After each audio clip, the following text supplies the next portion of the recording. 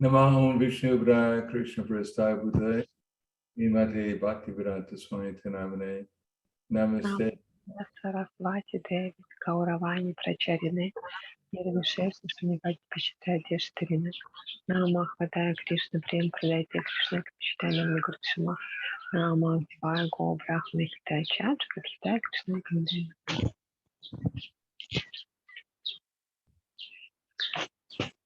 I'm going to read from the Bhagavad Gita as it is, chapter 7, Transcendental Knowledge, text number, or knowledge of the Absolute, I should say. Text number 3. Manushanam sahasreshu kasyad yadati siddhaye yatadham api siddhanam kasyamam veti tattvataha. Out of many thousands among men, one may endeavor for perfection, and of those who have achieved perfection, hardly one knows me in truth.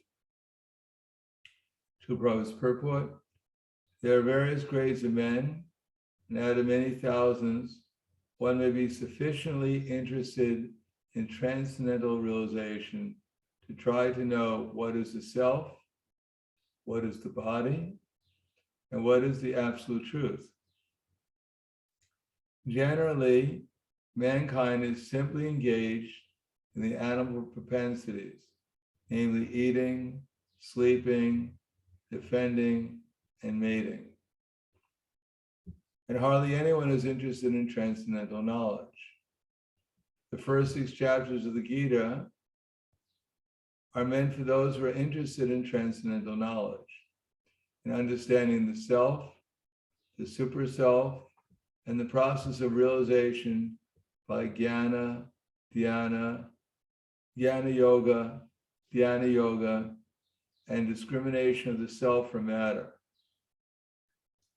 However, Krishna can be known only by persons who are in Krishna consciousness.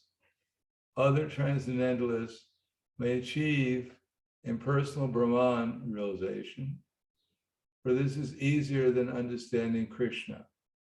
Krishna is the Supreme Person, but at the same time, he is beyond the knowledge of Brahman and Paramatma. The yogis and jnanis are confused in their attempts to understand Krishna.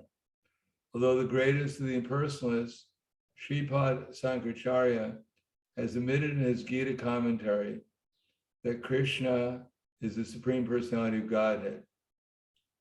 His followers do not accept Krishna as such, for it is very difficult to know Krishna, even though one has transcendental realization of impersonal Brahman.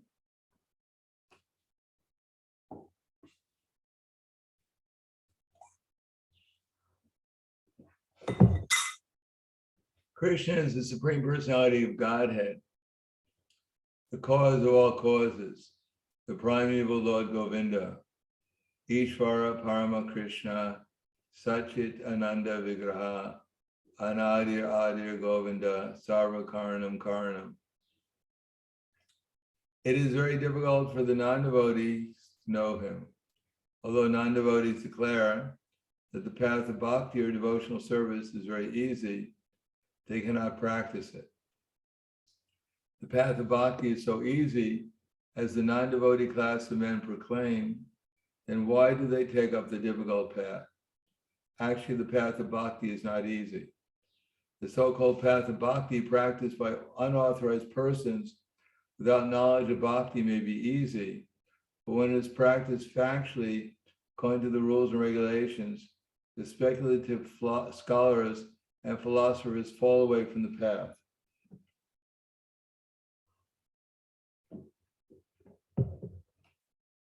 Srila Rupa Goswami writes in his Bhakti Rasamrita Sindhu 1.2.101, Shruti Smriti Paradari Pancharatrika Vidim Vida Aikantiki Harir Bhaktir Utpadayaiva Kalpate. Devotional service to the Lord that ignores the authorized Vedic literatures like the Upanishads, Puranas, and Narada Pancharatra is simply an unnecessary disturbance to society. It is not possible for the Brahman realized impersonalist or the Paramatma realized yogi to understand Krishna, the Supreme Personality of Godhead, as the son of Mother Yasoda, of the charioteer of Arjuna. Even the great demigods are sometimes confused about Krishna. Muyanti yat surya, mam tu veda nakaschana. No one knows me as I am, the Lord says, and if one does know him, then sa Mahatma Sudurlava. Such a great soul is very rare. Therefore, unless one practices devotional service to the Lord, one cannot know Krishna as he is, Tattvataha, even though one is a great scholar or philosopher. Only the pure devotees can know something of the inconceivable transcendental qualities in Krishna, his being the cause of all causes, his omnipotence and opulence, and in his wealth, fame, strength, beauty, knowledge, and renunciation.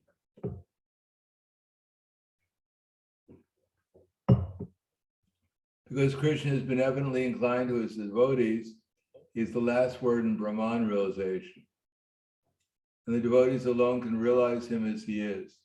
Therefore it is said, Atakshi Krishna Namadi, Na Braved, Grayam Indriyai, Seva Mukhe Jivadao, Swayam Evas Bharatyadaha. No one can understand Krishna as he is by the blunt material senses, but he reveals himself to the devotees, being pleased with them for their transcendent loving service unto him. Bhakti Rasamrita Sindhu. So the text again. Manushanam sahasreshu kasyadhyarili siddhaye yatadamapi siddhanam kasyamam veti tattvataha. Out of many thousands among men, one may endeavor for perfection, and of those who have achieved perfection, hardly one knows me in truth.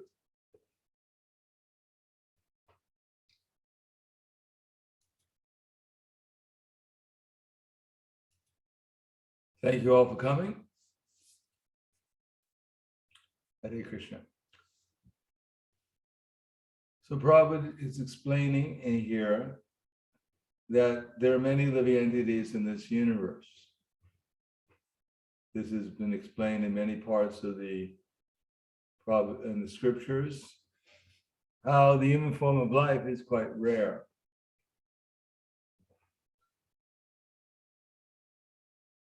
As we can see, every summer, generally speaking, I get visited by ants in my room.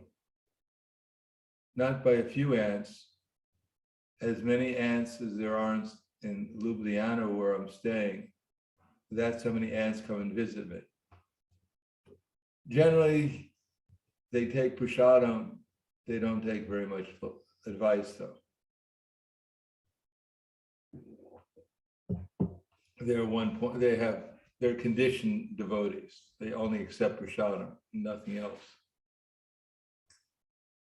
But it's amazing how many ants there are in this one little room that I live in. I'm one devotee, and there are maybe 100,000 ants. And underneath this building, I'm sure there are many millions of ants. In Ljubljana, there are still more ants. And I'm sure where you live, ants are also there. Now, they're claiming that the earth is overpopulated because of its 7 or 8 billion people. But I'm sure in Ljubljana, there are many more ants and other kinds of insects. Matter of fact, in our body, there are probably more worms than there are people in the cities that we live in. And yet they live very happily. Or not so happily, depending upon what we eat. In any case, human life is very rare. And amongst human beings, most of them are not very much interested in spiritual realization. So we may wonder why. Well, Krishna explains in Bhagavad Gita, Daivi Yesha Gunamayi, Mama Maya Dharatya, mameva ye prapadante, mayam etam tarantite. That this divine energy of mine is difficult to overcome. But those who take shelter of me can easily overcome it.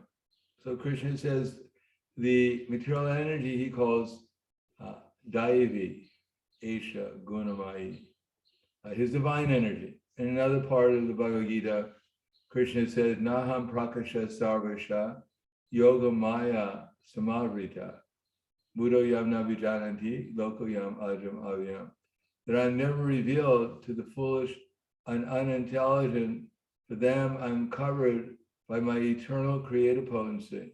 So Krishna says, Maya is his Maya. Sometimes in the Christian literature, they proclaim that God is a nice person. But somehow or another, he had some sons, the angels, and one of them became bad. He turned against God and he became the devil. And now there's a fight between God, the good guy, and the devil, the bad guy. And it looks like the devil's winning. Because after all, God has become old, he's become a little senile, he can't handle things in the same way he did before. And therefore, that explains the evil in the world. God's a nice person, but he had an evil son who's now taken over the world. And we're all victims of that evil son. Not all of us. Some of us are fighting against the devil.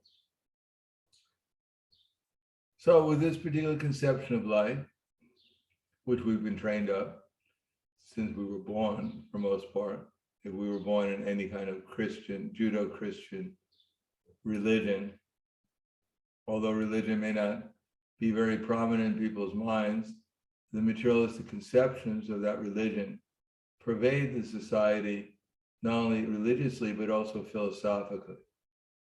So we see the world as a duality, as a fight between good and evil.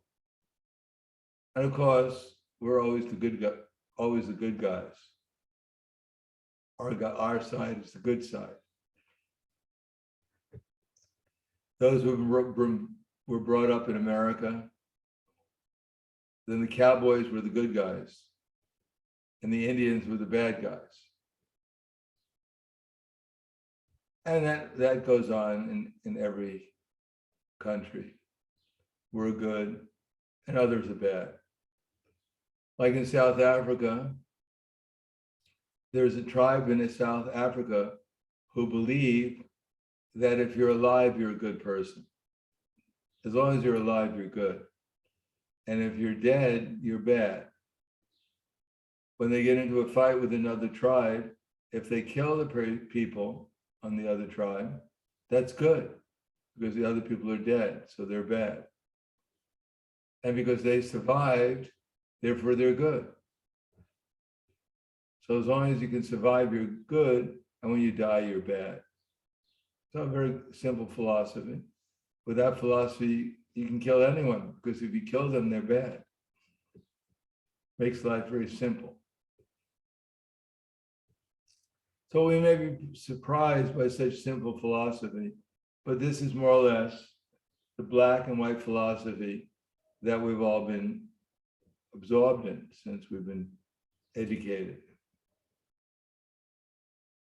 When I grew up, there were certain countries in the world which were bad, and we were always good. Didn't matter what we did, there was always a good reason for it. And all the countries, it didn't matter what they did, there was always a bad reason for it. That way, we're always the good guys. But the fact is that God and his energies are not working against each other. As Srila Vyasadeva, after he spoke to Narada Muni, and he decided that although he had compiled all the Vedic literature and was Brahman realized, still he understood that there were some lacking in his own experience. Therefore, Narada Muni told him that you have not sufficiently glorified Krishna, the Supreme Personality of Godhead.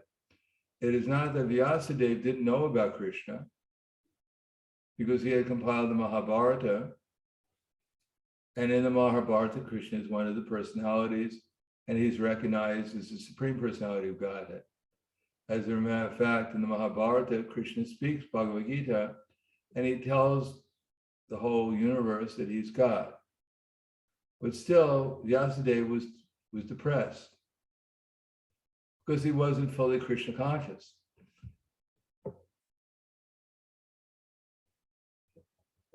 As I've said before, there are different types of knowledge. Knowledge is theoretical at the beginning.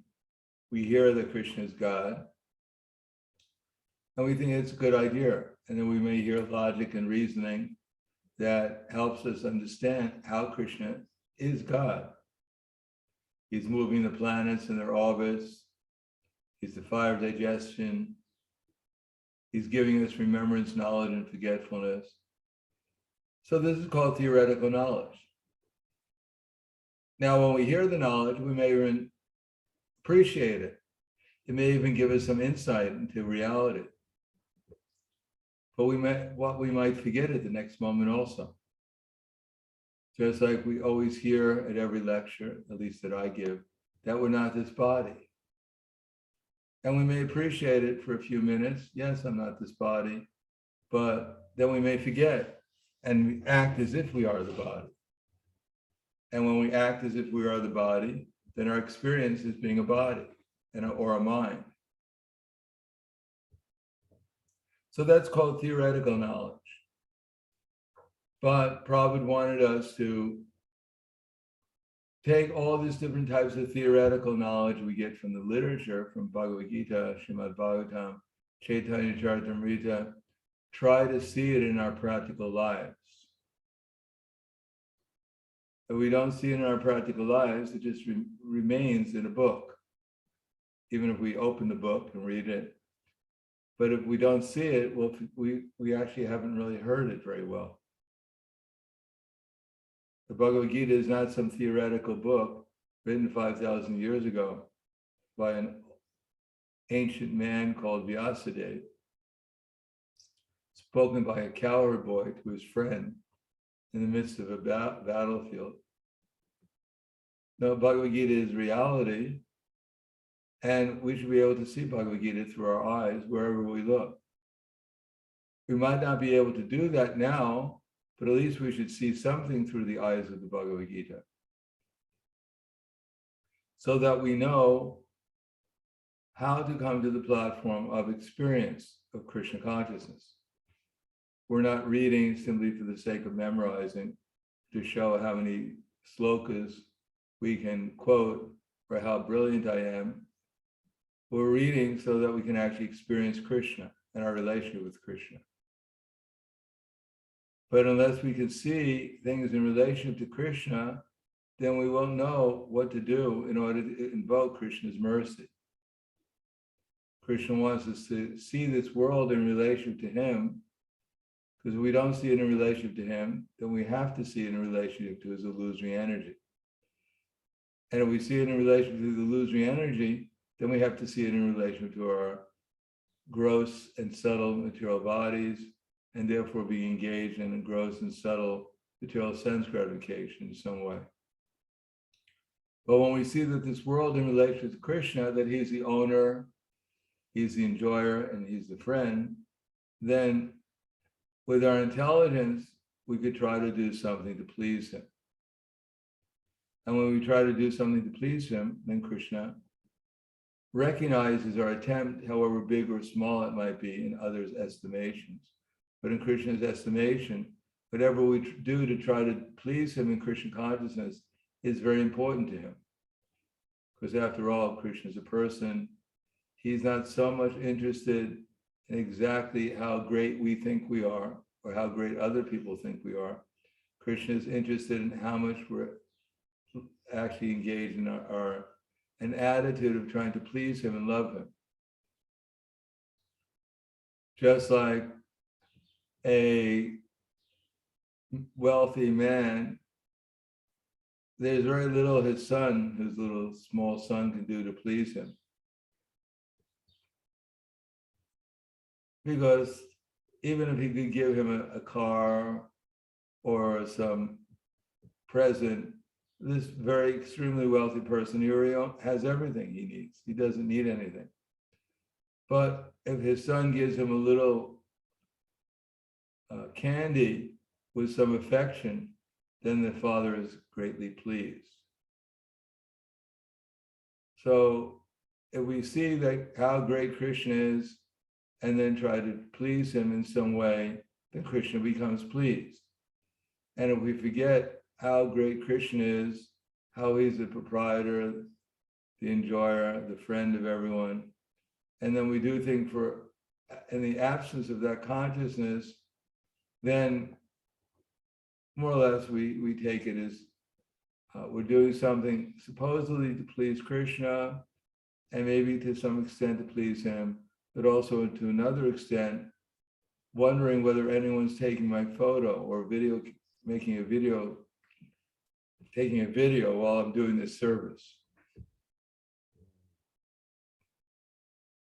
Sometimes we see in kirtan, devotees are chanting and they're half asleep, and then the video camera comes by, someone's taking a video, suddenly their hands are up and they're dancing like a madman. And then the camera goes away and Jai. So we have to be a little cautious that we're doing something for Krishna. So Maya is always trying to give us some doubts. That's her business. How great Krishna is. How is it possible that there can be a person, a cowherd boy, in an ancient village? How could he be God? Even Lord Brahma was wondering, all these demigods, well, I should say, after the killing of the Aghasura demon was a huge demon in the form of a snake who swallowed all the cowherd boys, and Krishna entered into his mouth, and Aghasura swallowed Krishna too. And then Krishna expanded himself. Not an ordinary expansion, but it said that Aghasura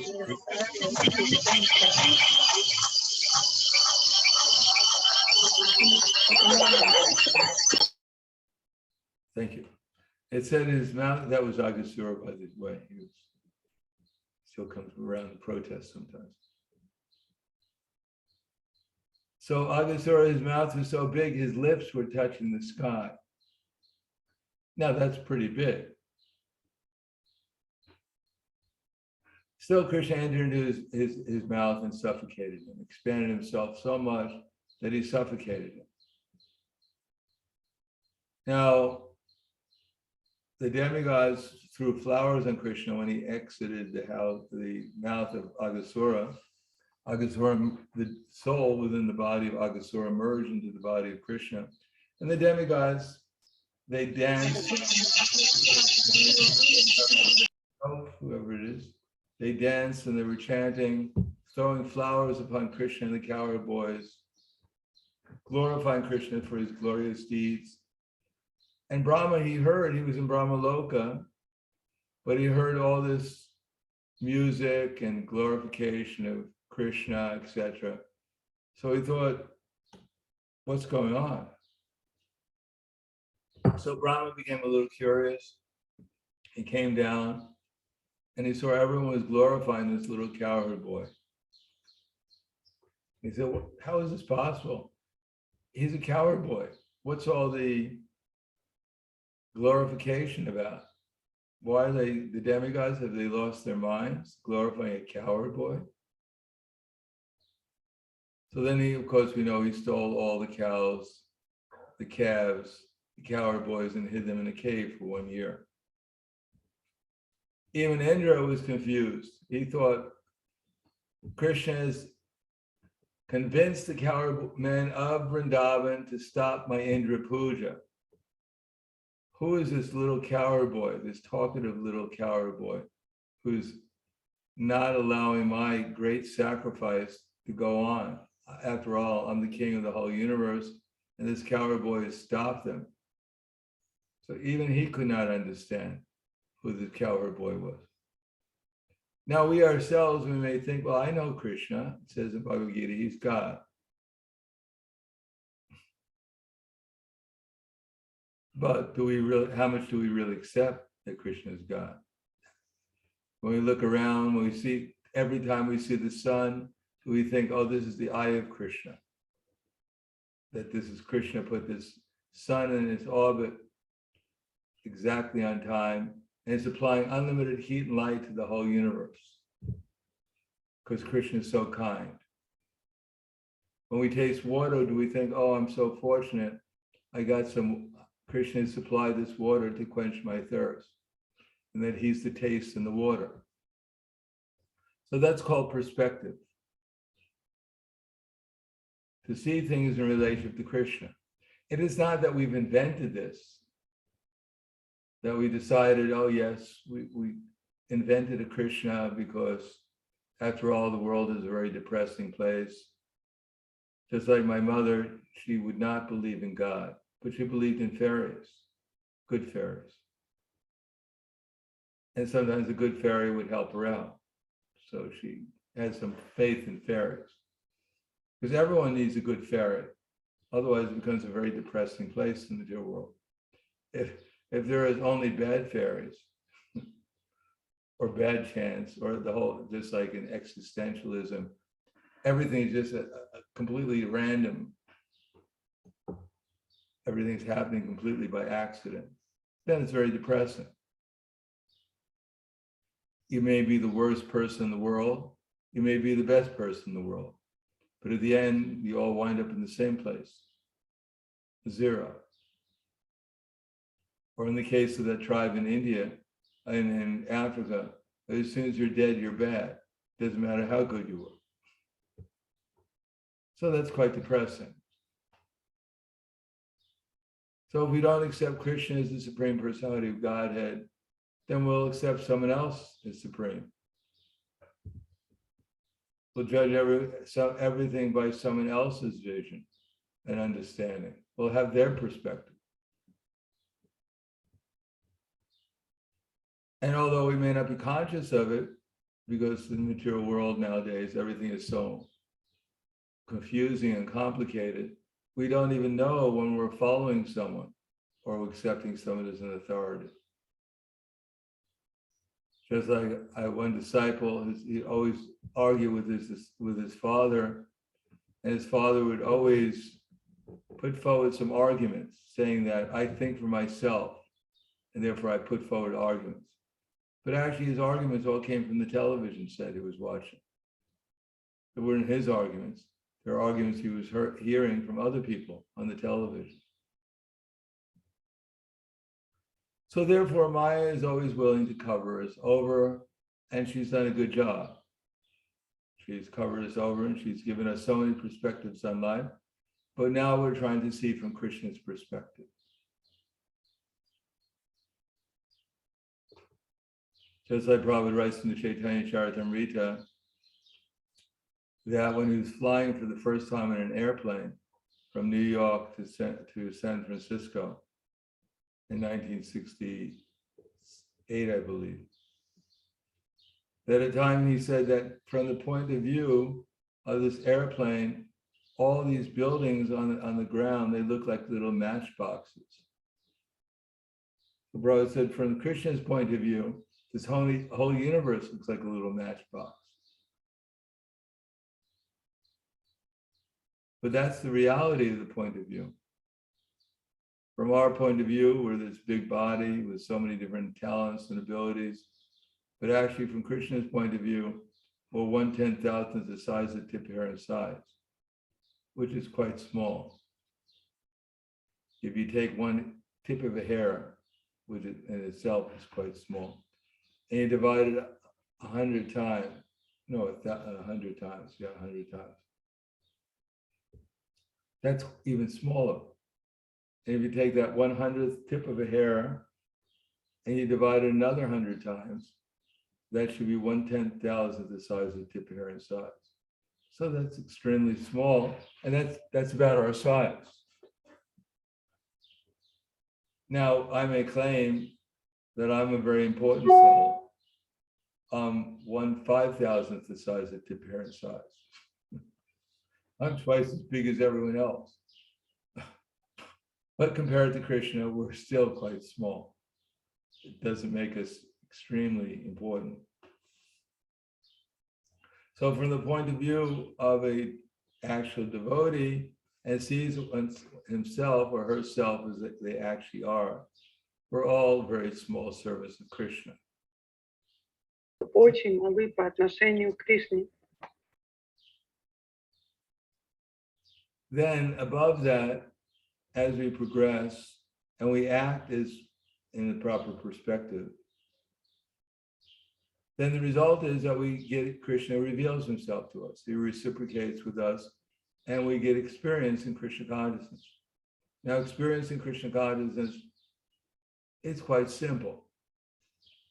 In other words, there are only three types of things that we experience. One of them is gaining awareness, consciousness, gaining awareness that we're eternal, and gaining some transcendental ecstasy or pleasure, some higher taste from chanting Hare Krishna, or serving the deities, or hearing Srimad Bhagavatam, Bhagavad Gita, or serving the devotees, or living in a holy place. We get some taste, some experience. Even when we take some prasadam, we think, wow, this is amazing. One time I was hitchhiking as a devotee from Miami to Houston, Texas. This was in 1971. And since my leader didn't want to spend any money for the trip, my trip, therefore I only had got 1/4 of a pound of fried chickpeas as my quota for the trip for 3 or 4 days. But I was picked up by some hippies on the way, and they had some bananas. I was quite hungry, actually. And so they gave me the bananas, and I offered the bananas, and I distributed them. They were just ordinary bananas, but because I offered the bananas, they were starting to remark how these were the most amazing bananas they had ever eaten. So even they had no idea what was going on. And indeed, I had little idea what was going on also. But still, because they were offered to Krishna, therefore there was some other experience that they had. Because we may get familiar with eating prasadam after some time and not realize the valuable opportunity we have, even when we offer our food to Krishna and it becomes prasadam. What to speak of when it's prepared with love and devotion, and what to speak of when it's actually prepared by someone who knows how to cook. Then it becomes actually extraordinary.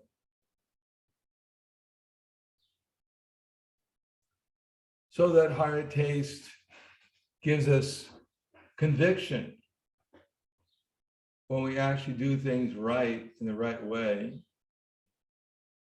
Because after all, in Bhagavad Gita, Krishna emphasized two things: work in devotional service and in Krishna consciousness. So to devote devotional service is right, just like we may go to a program where they're chanting Hare Krishna. So that's right, we're in the right place. But if we actually pay attention and we try to actually chant with some devotion, then we're in the right thing. We're not only doing the right thing, but we're doing it in the right consciousness.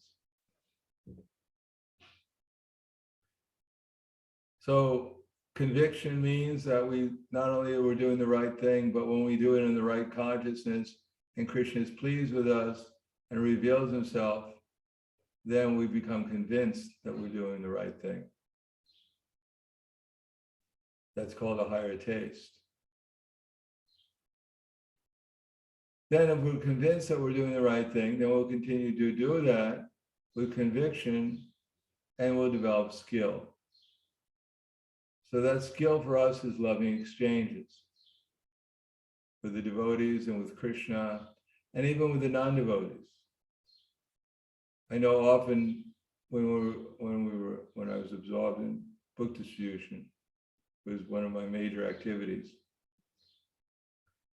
Then the result is that you get Krishna reciprocates so much, especially when one tolerates the adversities, and when you're faced with the climate and with the people and your own mind, and then Krishna reciprocates. Then when one becomes enthusiastic and skillful in dealing with people, then people become nicer than even the devotees are towards you. So one begins to think that actually these people out here, they're nicer than the devotees are.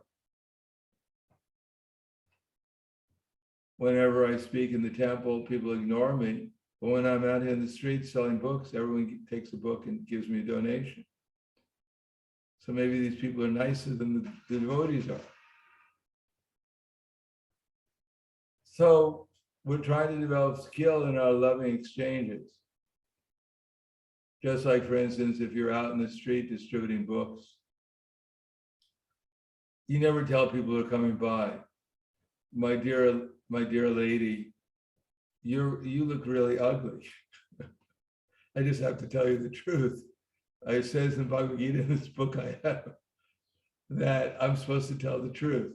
So I have to tell you, you're the ugliest person I met today. Please take the book. See how truthful I am. And then you're surprised. The person doesn't accept the truth. They must be a demon. I'm just being honest with you.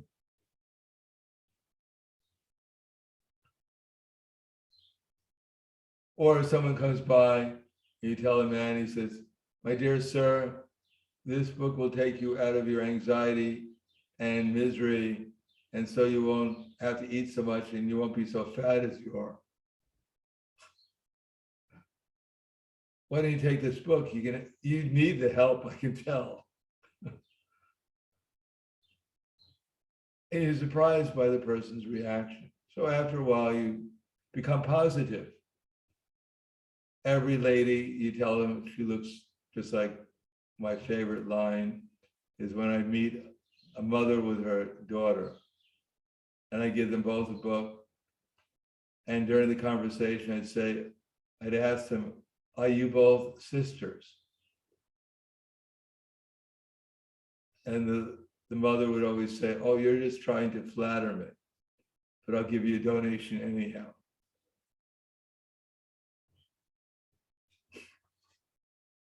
So one learns that it's better to compliment people, tell them how nice they are. Matter of fact, that's the only way you deal with people that you meet as strangers. They're not really interested in anyone else criticizing them, because they just spent the whole day being criticized in some way or another. And if one tells them something nice, then they become enlivened. They think, this is the best person I met today. But when we get home, we get back to the temple and see the devotees, immediately we think, like, here's that devotee, he chants like a frog, who's croaking.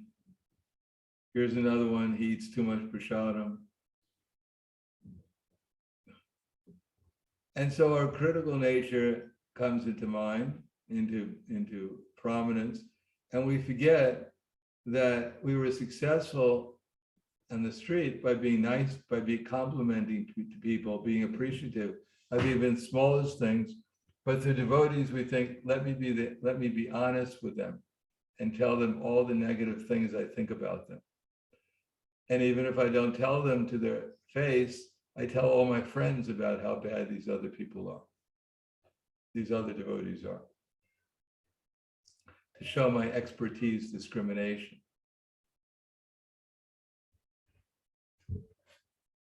But loving exchanges are meant, first of all, for Krishna and for a devotee like Srila Prabhupada. we look at his life, at his preaching, some devotees even criticize Prabhupada's preaching because he told different people different things. And sometimes it appeared to agree with people on topics that people find very offensive. In other words, Prabhupada had the ability to see, even in persons he didn't necessarily agree with, their activities or their philosophy. If he was with people who appreciated that person, he didn't try to attack the person they were appreciating, because otherwise they would become unreceptive to what Prabhupada was trying to tell them. So therefore, we see apparent contradictions in Prabhupada's preachings, but Prabhupada had one goal in mind: to make people receptive to Krishna and to the philosophy of Krishna consciousness. And therefore, he was expert at that. So there are many persons in this material world, and very few of them are interested in self-realization. 99.9% of the so-called human beings in this world, they're only interested in sense gratification to one level or another. Still, the duty of the devotee is to try to figure out how to interest them in Krishna consciousness in somehow or another, because Krishna consciousness is so wonderful that even the great jnanis and yogis, they may not have the same information that we have, knowing that Krishna is the Supreme Personality of Godhead. Now, we may not realize Krishna that much, but if we realize Krishna enough to know that what will please Krishna, and try to fill our lives to the greatest extent possible with service to Krishna and his mission, then the result is that gradually we'll become a Mahatma also. Now, the general tendency is that we already take pleasure in many different activities, because we've been in the material world, most of us, for a long time, since time immemorial, and therefore we're attracted to fruitive activities, to the cultivation of knowledge, or even to mystic powers. Now, mystic power doesn't necessarily mean that we can float in the air. There's books like famous authors, Carnegie or something, How to Win Friends and Influence People. There's one such book. So if you can win friends and influence people, that's a kind of mystic power. When they asked Prabhupada about his mystic power, because people are attracted to people with mystic power. There was one mystic, so-called mystic, who could produce gold, supposedly out of nothing. And he had many followers. So they asked Prabhupada, what is your mystic power? And Prabhupada said, actually, I have no mystic power. He said, if I have any mystic power, is that I've taken these hippies who are addicted to all kinds of sinful activities, and I've turned them into happies. I've turned them into pure devotees of Krishna. That's my mystic power. So that kind of mystic power is the mystic power we want also. But we should understand that all mystic power comes from Krishna. That if we accept that mystic power from Krishna, then Krishna is very pleased. And if we accept any other mystic power from Krishna, Krishna will not be as pleased. Just like Durvasa Muni, he was a great yogi. He could travel all around the universe. He even traveled to Vaikuntha, the planet where Lord Narayan lives. But still, he offended a great devotee like Ambarish Maharaj, and therefore Krishna was not pleased with him at all. Matter of fact, Sudarshan Chakra was trying to kill him. Until he surrendered to Ambarish Maharaj, Durvasa Muni, with the good advice of Lord Vishnu, he went and asked for forgiveness from Ambarish Maharaj and surrendered to him, and therefore he became a devotee of a devotee. And then Krishna was pleased with him. Durvasa Muni became so enlivened that he even went to Brahmaloka and started to glorify Ambarish Maharaj, how the devotees of the Lord are even greater than the greatest of the mystic yogis. So we may be appreciative of fruitive workers or gyanis or mystic yogis, consciously or unconsciously, but most importantly, we should be appreciative of someone like Srila Prabhupada and the gifts he's given us in terms of Krishna consciousness. Now, most people are not appreciative. They don't understand the value of what simple book like Bhagavad Gita, simple philosophy of devotional service, simple philosophy of Krishna consciousness, and therefore they're carried away by the waves of material energy. And we're also maybe influenced by the material nature, but as long as we can keep some appreciation for the literature and the philosophy that Prabhupada has given us and try to apply it within our lives, then if we please Krishna, then Krishna will give us some intelligence how to make further progress in devotional service.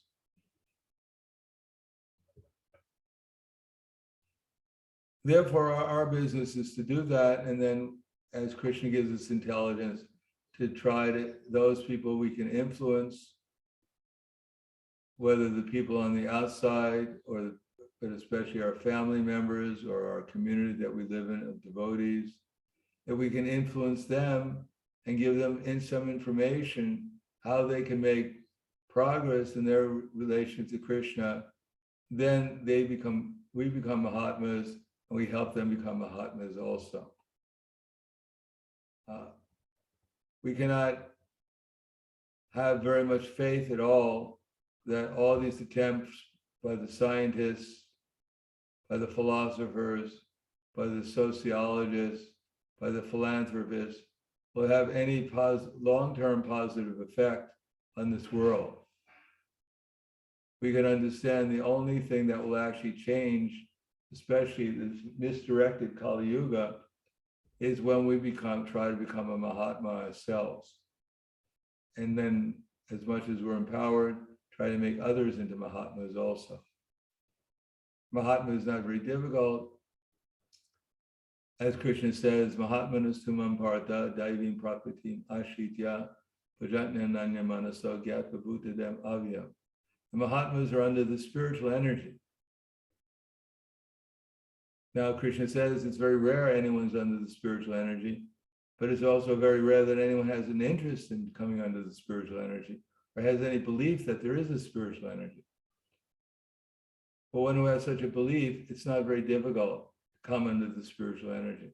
Because Krishna says, Sadatam kirtiyanto mam yutantas chadridavartaha namasyantasmam bhaktya nityukta upasate. All we have to do is chant Krishna's glories as much as possible. Sadatam kirtiyanto mam yutantas chadridavartaha. And try to become a little bit more determined today than we were yesterday to engage in Krishna's service. Namasyantasmam bhaktya nityukta upasate.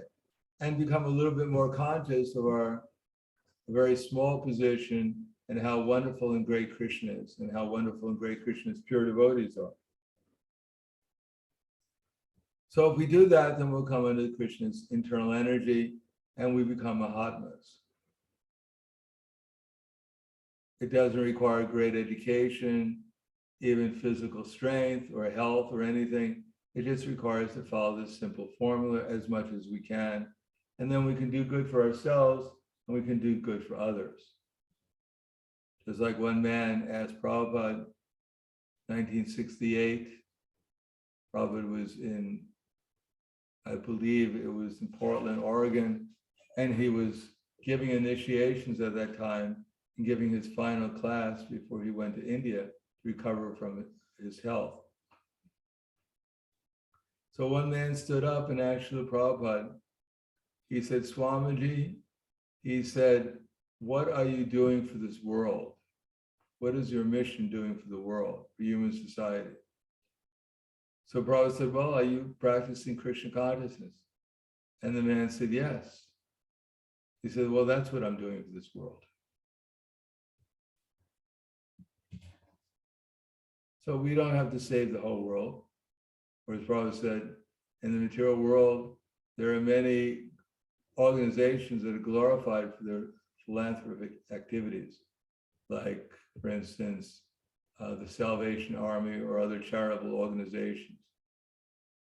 But even much more important than what they're doing are those who are actually aware of the necessity to spread Krishna consciousness to others, because they're saving not only the dress of the person, but the actual person who's wearing the dress. It's like if someone jumps into the ocean to save someone who's drowning, but only saves their hat and dress and coat, pulls that hat and coat and clothes ashore while the person remains in the ocean drowning. They have not accomplished as much as the person who actually saves the person and brings them ashore. Similarly, to save this gross and subtle material body temporarily is not as important as saving the self, the person actually within the body, from the ocean of birth and death. Therefore, for one who's actually engaged in saving others in Krishna consciousness, they're doing much greater welfare work than anyone else in this material world. The Prabhupada said even more important than that, the most important thing is first of all to save ourselves. We won't be effectively be able to save anyone unless we can save ourselves first, or at least try to save ourselves while we're trying to save others. So here again, Manushanam Sahasreshu Kaschid Sidaye Yatatam Siddhanam Kasyamam Veti Tatvataha. And among these 1,000 among men, when they endeavor for perfection, and those who have achieved perfection, hardly one knows me in truth. So rarely anyone takes up this process of Krishna consciousness. And therefore all the devotees in this society we should take as Mahatmas or rare souls. They may not be perfectly self-realized, but it's very rare that anyone takes up this process of Krishna consciousness, even to endeavor for perfection. And to come to the Brahma Buddha platform to actually realize that we're eternal souls is not the end of the process. We also have to remain steadily engaged in Krishna service, fulfilling in all circumstances, so that Krishna gradually becomes pleased with us and reveals himself, and then we become truly great Mahatmas. Although we remain insignificant spiritual souls, but because we've surrendered to Krishna, therefore Krishna can utilize us as a perfect instrument to spread his mission and make others into Mahatmas also. So I'll stop there. Thank you. Hare Krishna. Any questions or comments?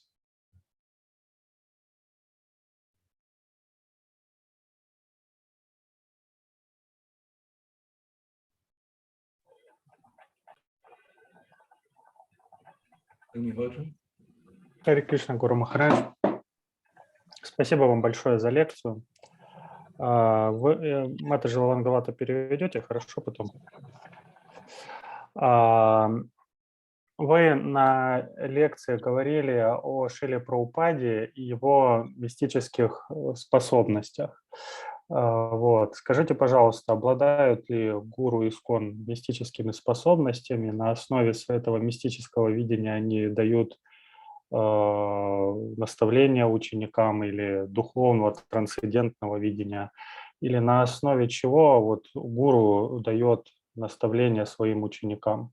Вот видит ли он суть, там, мысли человека, сознание человека? So, Maharaj, you have said in your lecture that Srila Prabhupada was often asked about his mystic powers, and he said that you all are his mystic powers. So when do the gurus of ISKCON have mystic powers, and when they consider the qualification or give advice to their disciples, do they see by mystic powers the thoughts, the qualification of the disciple, and how do the gurus of ISKCON actually, based on what, do they give advice to their disciples? Well, considering there are two types of gurus. There's the Shiksha Guru and the Diksha Guru. Now Krishna, he doesn't really care what kind of guru you are, whether you're a Diksha or a Shiksha Guru. He doesn't think, oh, here's a Diksha Guru, I must give him intelligence how to preach. Oh, here's a Shiksha Guru. He's not very important. Why should I bother giving him intelligence how to preach? Krishna doesn't discriminate like that. Every one of us, Krishna is equally within our heart. He's not in the Diksha Guru's heart. He's fully there. And the Shiksha Guru's heart, he kind of like is there sometimes. Sometimes he goes by Vaikuntha. Sometimes he goes to the milk ocean. Sometimes in the heart. No, he's always equally there for everyone. Now, according to our many factors, Krishna gives intelligence. It is not that we have any power or any ability independently of Krishna. For the soul in this material world is depending upon who's desiring, and Krishna is reciprocating the desire. When the desire is to explain to people the science of Krishna consciousness, Krishna will give intelligence according to different factors. The desire, the sincerity of the person to know what the answer is, because people have different motivations, and therefore you may have the devotee giving the answer may have to mold the answer according to the motivations of the person. And also according to one's own realizations. Not everyone has equal experience in Krishna consciousness. And Krishna will generally not tell the devotee something which goes beyond their personal experience. Because as conditioned souls, Krishna doesn't want to surprise us. Krishna doesn't reveal himself perfectly to any one of us as long as we're conditioned souls, but he gives us some idea that he's there according to our advancement in Krishna consciousness. But if suddenly we became so empowered that we're exactly in line with Krishna's thoughts, then that may spoil our material life. Krishna doesn't want to spoil our material life. He wants us to voluntarily surrender to him. Sometimes he may give us some extraordinary experiences in Krishna consciousness, but generally in our everyday work, that there are a number of factors. Krishna will give us intelligence according to our qualification, how to distribute Krishna consciousness, and he'll give intelligence according to the qualifications of the person that we're discussing Krishna consciousness with. So that's equally for everyone. There's no special power that Diksha Gurus get that no one else gets. Everyone gets the same opportunity. Now, the role of Diksha Guru in our society may hopefully make the disciple more sincere and ask for questions which are more in line with Krishna consciousness. Most disciples in our movement don't go to the Guru asking which horse to bet on. The Guru is probably not the most appropriate person to give information, which is the best horse to bet on in the horse race.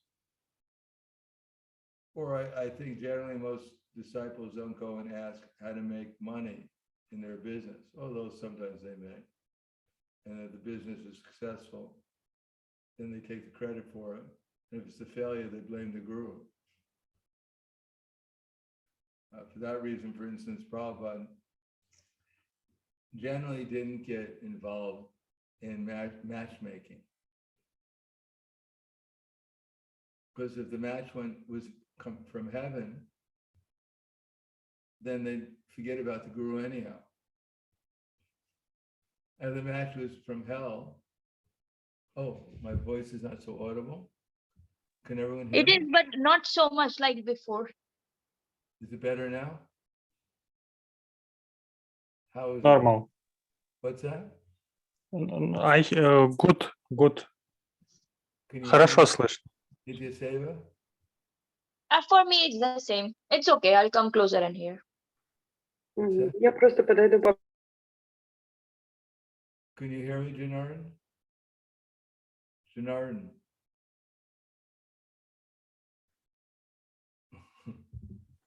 A little bit less good, Gurmaharaj, Yeah, it's my computer. but I'll come closer. Computer is probably the internet connection. We can try something else. We'll just try this.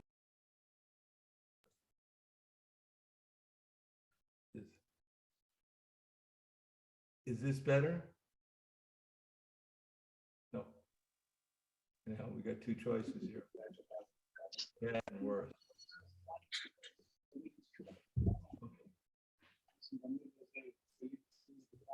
So my point is that Krishna is equal to every one of us. If we have a desire to serve him, Krishna will give us all opportunities.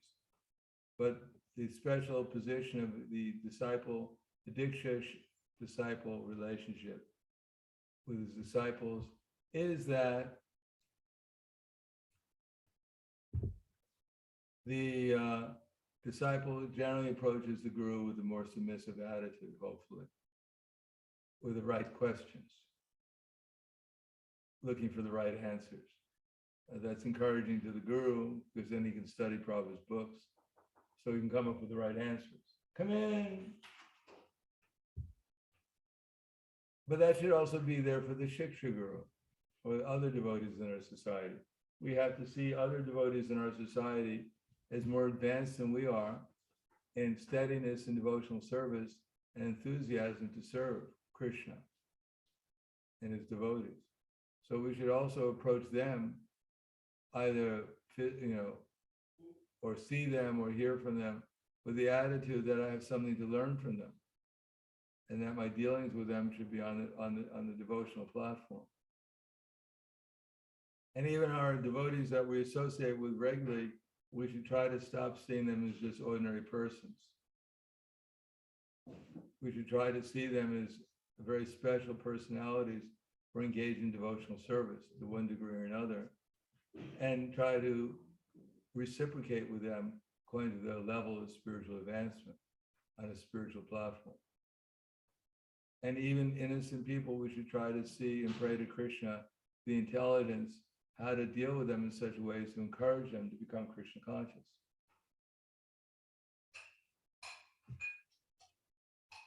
And that way, any one of us will have mystic power. Krishna will give it to us. We'll spiritually advance by that mystic power. We'll help others advance by that mystic power. Anything else? Yes. Andaryan. Dear Gurudeva, Andaryan. this is my humble obeisances. Скажите, пожалуйста, вы упоминали прежде о том, что если мы стоим с человеком и думаем о том, как было бы хорошо, если бы он стал преданным, то в этот момент Кришна очень сильно проявляется, Кришна чайтанья, и создает различные условия для того, чтобы мы могли проповедовать успешно, передавать ему книги Прабхупады и знания, изложенные в них. Но вот есть ли какая-то грань, как мы должны с человеком, чтобы так подумать о нем, немножко сблизиться как-то, действительно почувствовать какое-то вот соприкосновение в каких-то точках, близость какую-то? Или мы можем учиться практиковать это совершенно с неизвестными людьми, вообще абсолютно в любых условиях? Okay. Prabhu, выключите, пожалуйста. Hare Krishna Maharaj. So question is like this.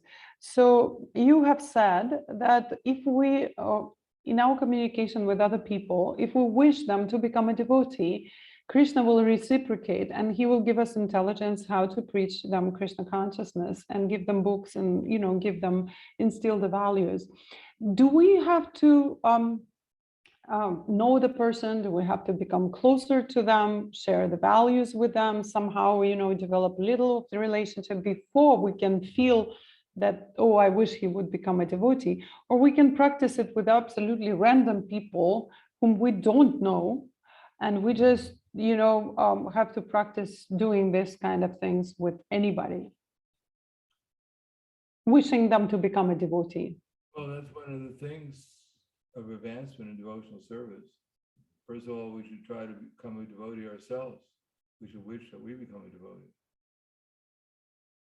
Then we have to hope that others that we know, the devotees that we know become devotees. We help them become better devotees. And then we should feel for the innocent people and trying to help them become devotees. Therefore, that's Chaitanya Mahaprabhu's mission. Chaitanya Mahaprabhu and the Panchatattva didn't discriminate, because Krishna knows everyone, but they didn't discriminate. The 6 Goswamis didn't discriminate. They wanted everyone to chant Hare Krishna. Of course, we have to discriminate, otherwise we'll waste our time. Because even Chaitanya Mahaprabhu discriminated. When he went to Varanasi, no one accepted his message. And therefore he left for some time until he came back, and then he had 2 devotees there. He had Tapan Mishra was there, and Tapan Mishra helped him spread the Hare Krishna movement in Varanasi. So Prakashananda Saraswati and his followers became devotees. So not every area, not every place is equally receptive to Krishna consciousness. But Chaitanya Mahaprabhu wanted everyone to become Krishna conscious. So we have to use our intelligence, even those persons who are not, so we don't know, but we can judge people according to their receptivity, especially if we try to engage them in the activities of devotional service by giving them Krishna consciousness, by giving them prasadam or a book, or when we chant the holy name. We can see those who are receptive. Generally, those who are receptive when we chant Hare Krishna, they smile. And those who are not so receptive, they run away. It's not so difficult to figure out. If people will smile, we should probably try to give them a book or some prasadam or tell them something about Krishna. And it's probably useless waste of time running after the people are running away. Wait, stop. Let me tell you something about Krishna. So we have to use our intelligence too, our discrimination. All right, I think I'll stop there. Thank you very much. Grantaraj Srimad Bhagavad Gita ki jai, Srila Prabhupada ki jai, Gaur Premanande Hari Bol.